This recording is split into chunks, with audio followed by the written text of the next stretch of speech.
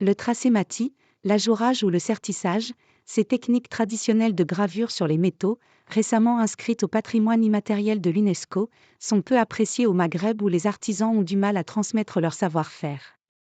La gravure manuelle, sur cuivre, argent ou or de motifs géométriques, végétaux, astrologiques, etc.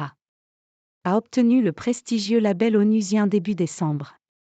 La candidature de cet artisanat ornant bijoux, ustensiles de cuisine ou objets décoratifs, était portée par 10 pays arabes dont Tunisie, Algérie et Maroc. Cette inscription nous engage à préserver ce savoir-faire exceptionnel, se félicite auprès de l'AFP le Tunisien Imed Soula, l'un des 3 experts ayant présenté le dossier. Relève. Expert en ciselure, Mohamed Amin Tuish, 37 ans, a appris dès ses 15 ans l'ABC de la gravure sur cuivre avant de passer à l'argent puis l'or, dans l'atelier familial de la Médina, vieille ville, de Tunis. Dans tout le Maghreb, la gravure sur métaux se transmet de père en fils, selon les méthodes traditionnelles. Mais pour s'adapter aux nouvelles demandes, l'artisan a appris la gravure par machine. Je ne veux pas voir cette tradition disparaître.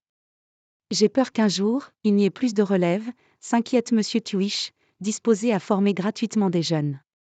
Dans son atelier du village de l'artisanat à Danden, dans l'ouest de Tunis, Chiabeddine Benjabala, 68 ans, enseigne souvent son art à des femmes désireuses de créer des bijoux ou fabriquer des couffins, avec des ornements en cuivre ciselé. Président de la Chambre nationale des artisans, celui qui a formé des centaines de graveurs en 50 ans de carrière trouve que les stages parfois réduits désormais à 3 mois sont trop courts. Il faut au moins 2 ans pour s'initier à toutes les techniques de la gravure, dit-il, regrettant que son métier, très riche, soit peu valorisé.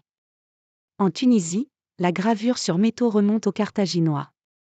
La diversité des techniques actuelles résulte de croisements entre la civilisation islamique, les traditions méditerranéennes, celles de l'héritage berbère et des influences venues d'Orient. Le pays compte encore 439 artisans spécialisés dans la gravure sur métaux, selon l'Office national de l'artisanat.